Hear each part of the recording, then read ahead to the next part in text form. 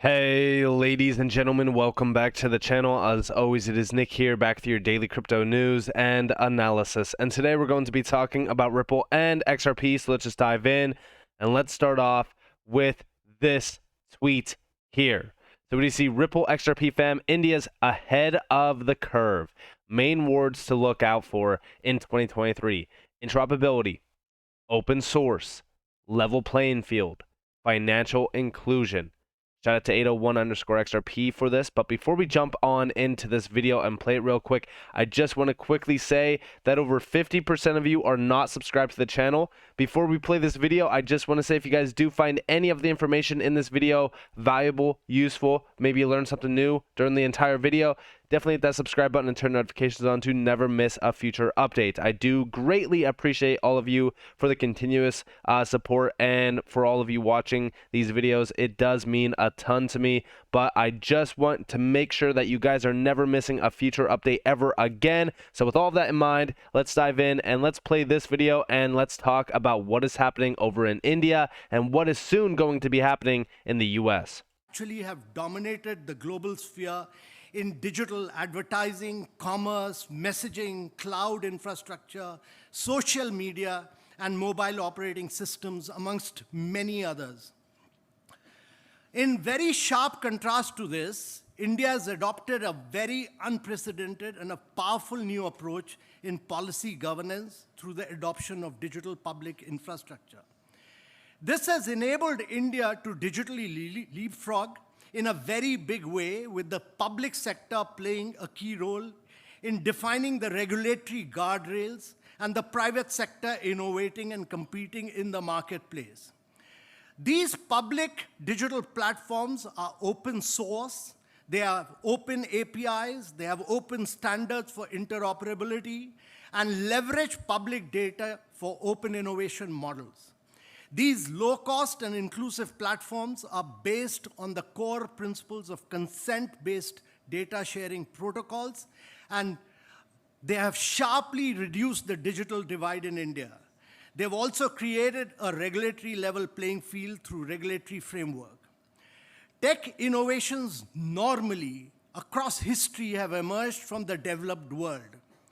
Digital public infrastructure is an area where an emerging market like India has created a unique model for the world, converging both privacy and innovation. Today, in India, we have a basket of citizen services. You have this jam trinity, which links 1 billion+ biometrics with an equal number of bank accounts and mobile phones to drive financial inclusion. 400 And there's still so much more innovation happening from India. Pay attention to these big names, mainly also the BRICS nations as well, because they are moving extremely fast on digital assets, CBDCs. I mean, everything that we have been talking about on this channel for so long is happening at a fast rate around the world outside of the US. Now, is the US dragging their feet? 100%, but are they still behind fully on CBDC research? Absolutely not, and we will get to that here in a second. Over here, though, what I do want to talk to you guys about is what happened back in November as well. You know, a lot of people probably missed this because of the FTX situation, but we do see India to test digital rupee in 4 cities with 4 banks. The test, which will start on Thursday, will be extended to include another 9 cities and 4 more lenders in a later phase. We are starting to see a lot of these CBDC. I want to say that they're more so trials. They're testing this, and they're making sure that it's efficient enough, and the overall insights that they get from the data. And what they will use with all this data is how efficient is it? What could they do with this? What is the obstacles that they need to face when launching a CBDC, and what will come after this? In my opinion, we are starting to see a digital shift happening around the world. I've been talking about this for a while. And a lot of people are concerned about CBDCs. Listen, you have all of the reason to be concerned with CBDCs. I'm concerned with CBDCs. I'm sure everyone else out there is concerned about CBDCs. How will they work? What will happen with them? Are we giving up all of our control, our data, privacy, all of that? In my opinion, I don't think that we have to. Now, again, is it concerning? Yes. When the World Economic Forum is talking about the digital economy, here's how central bank digital currencies impact the global economy, and we do see the three main points here. I mean, like, they want to get, they're going to see a physical cash decline. We're going to probably see physical cash completely gone at some point in time. And that's not me being like, hey, physical cash is worthless. I'm just saying, to me, I think that CBDCs, and as the monetary system evolves, is going to be the start and the decline of physical cash. And I do think that central banks, not just central bank digital currencies, but central banks, they see the overall value and they see the overall efficiency of utilizing DLT technology within the CBDC economy. And we are starting to see a major increase of online e-commerce. I think that, mainly when you go and look in store, there's not as many, in-store purchases being made as there were, 5 years ago, for an example. And I think that we're seeing a major evolution of the monetary system itself. And I do think that the next evolution will be around the fourth industrial revolution, which I talked about on the channel before. And I might make a video specific to the fourth industrial revolution for those out there that are still kind of confused on the topic. Now, like I said, are we giving up all of our control, our privacy, all that? Well, no, not necessarily. So we actually do see over here, the godfather of crypto wants to create a privacy-focused CBDC. Here's how. So, yeah, one of the big things is that we always look at CBDCs as this like satanic, sinister idea where, you're not going to be able to do this, you're not going to be able to do that. They are going to control every aspect of your purchases and all that kind of stuff. Now, do I think that there is some elites out there that want this? 100%. Listen, if you could give these people full control over your everyday life, they would 100% take it. And you might call me a conspiracy theorist or whatever, but think about what they really want at the end of the day. When you're going to work, you're paying your taxes, you're doing all this. They want to control every aspect of your life. How much can you spend? How much do you have at the end of the day? That's why taxes do, exist. They want to take money off of you blindly. They're robbing you blind whenever you pay your taxes.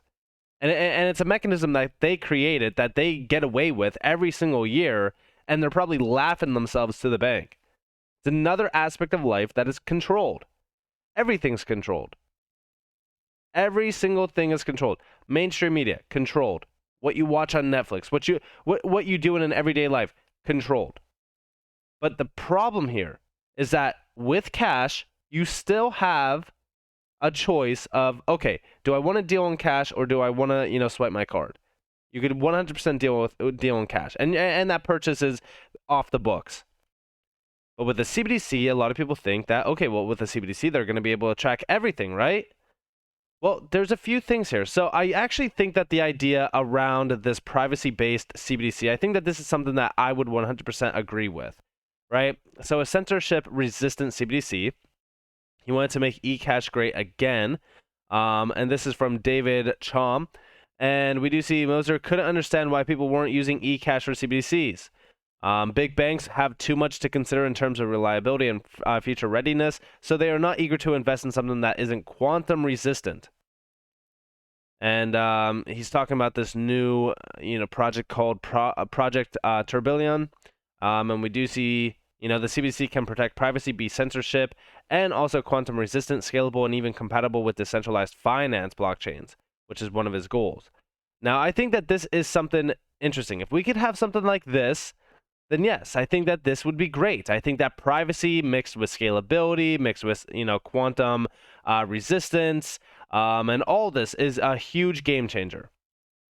You can withdraw $500 every day with your ATM card, but you can't walk into a bank and withdraw $1 million in cash. That's privacy for the people. It should be similar in electronic payment systems. Those systems should make it very difficult for someone to gather enough and use it for bad purposes, like hiring a hitman without being noticed, right?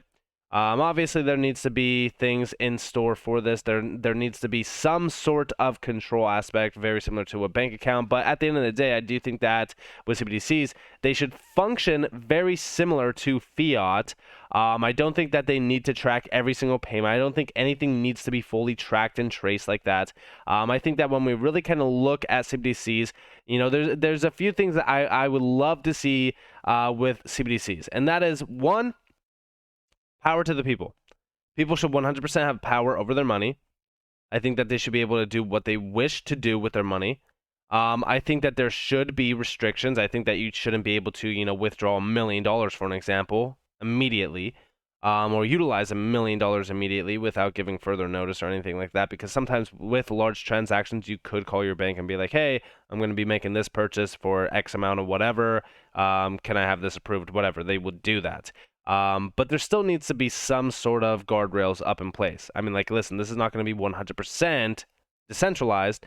There still needs to be a control aspect to it. But I think that that's where a lot of the problems do arise, where you have too much control within the central bank digital currency mechanism. But again, we are starting to see CBDCs rise. We're starting to see CBDCs around the world rise. So I think that this is a topic that everyone needs to focus on. I think that we need to make sure that CBDCs are not this, sinister approach where, every individual out there utilizing CBDCs is going to be controlled. You're going to have restrictions on how much you could spend per month. You're not going to be able to have it, save over into the next month. You're going to have a select amount of money that you could utilize every single month, which I think is absolutely ridiculous. But we need to make sure that we fight against something like that. We need, very similar to like regulations, right? Around regulations with crypto, we need to fight against the CBDCs and, again, regulations that are stifling innovation and stifling the lives of many. So we need to make sure that we protect what we have around currency, and we need to protect what we have around crypto by having regulatory frameworks that support innovation, and we need CBDCs that are supporting individuals' rights, privacy, and control.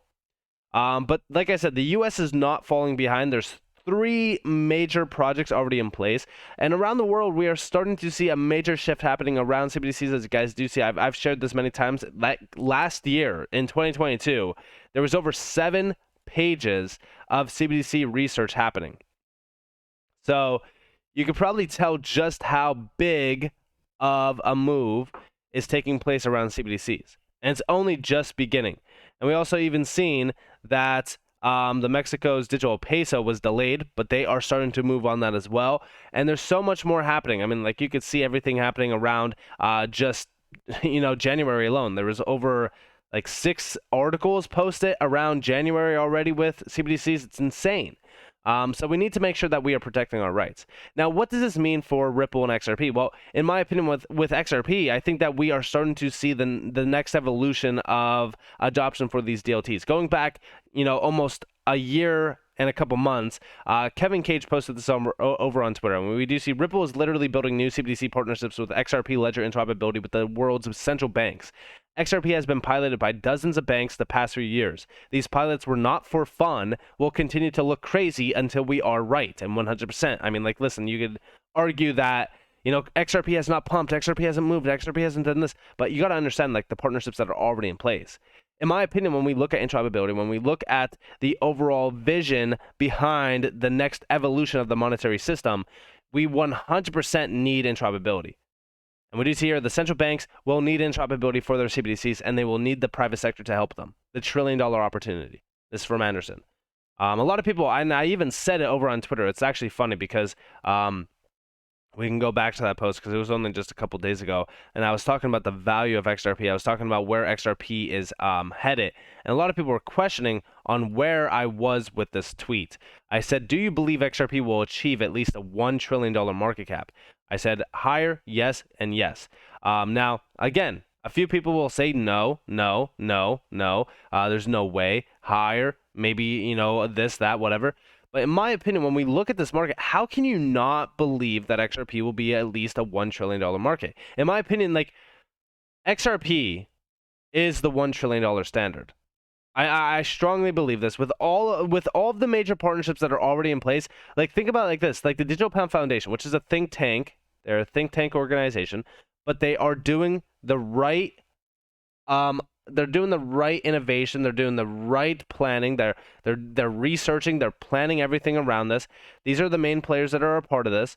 In my opinion, when we look at what Ripple is doing, or has been doing, sorry, and we look at the major partnerships that were already in place for over a year and a half or so, I strongly believe that the XRP ledger for interoperability will 100% be a huge opportunity for some of the world's largest central banks. And I do believe that XRP will be a bridge currency between central bank digital currencies. It is the perfect atomic settlement token to be utilized within that mechanism. And I do think that that is what Ripple is trying to build out here. And going back to that initial statement, that initial video where we focus on interoperability, open source, level playing field, like financial inclusion, these are everything that we see from Ripple. Whenever they talk about central bank digital currencies, whenever they talk about the next evolution step between currency, fiat, all of that, these are the main topic points that they always make sure to hit the nail right on the head with.